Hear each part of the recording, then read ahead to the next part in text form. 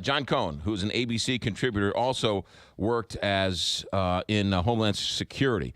John Cohn, welcome back. Big 550 KTRS. Hey, thanks for having me on again. You got it. Former counterterrorism coordinator at the Department of Homeland Security, involved with the Obama administration and their efforts to address school shootings after Newtown. What are you thinking as you watch this after the Parkland shootings? That we just really have not made any progress dealing with what's probably the most significant law enforcement and Homeland Security threat facing the country. I mean, just look at the last 5 months. In 3 attacks alone, I won't even call them shootings, in 3 attacks alone, we've had 101 people killed and almost 900 people wounded. We saw an attack against a church, we saw an attack at a concert, and we've seen another attack at a school. And notwithstanding some serious debate and discussions that took place after the Newtown shooting, where we worked with law enforcement and gun rights advocates and mental health professionals and educators to come up with approaches to dealing with the issue and protecting our children and protecting our houses of worship, we're continuing to see these attacks, and they're increasing. It seems like everything people are trying to make legal and or make illegal wouldn't solve all the problems. Yeah, I think that's absolutely right. I mean, we could ban the sale of guns tomorrow.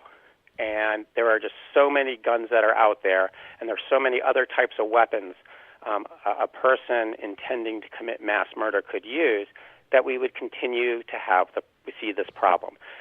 The good news, if there is any, is that there's been a lot of work done by law enforcement and mental health professionals over the last several years. Not only do we really understand the psychology of these shooters, and not only have we defined the behaviors they exhibit prior to an attack, just like this shooter did, but we've come up with strategies on how to manage the threat by high-risk individuals.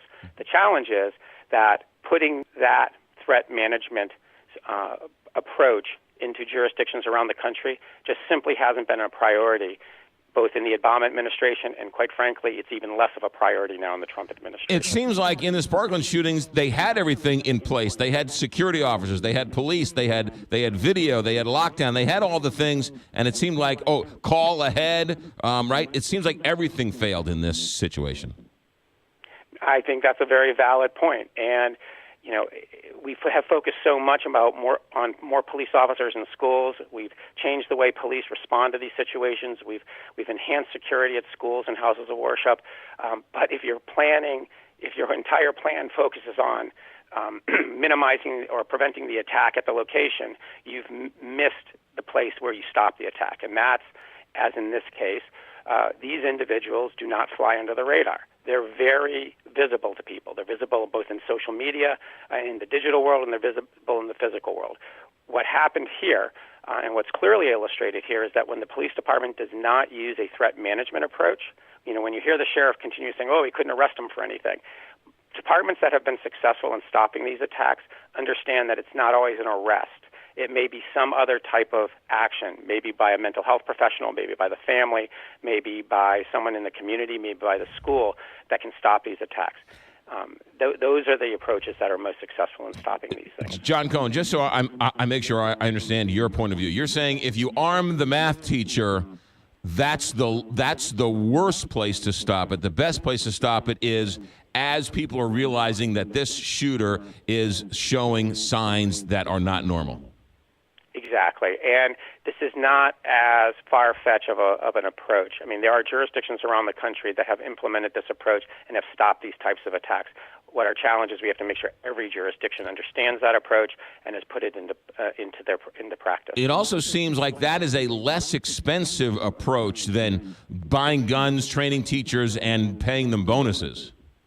Yeah, exactly. I mean, but you raise another interesting point. A big part of this, and you've heard this from representatives from both Democrats and Republicans, mental health is a huge part of this, not only from the standpoint of evaluating high-risk individuals, but from providing inpatient or outpatient services that can address the underlying issues. We've decimated our mental health system in this country, and we're putting money into other areas of security like immigration enforcement. And at the same time, we are dramatically decreasing the funding used to support inpatient and outpatient services. So if you want to stop these attacks, and these attacks represent our primary threat facing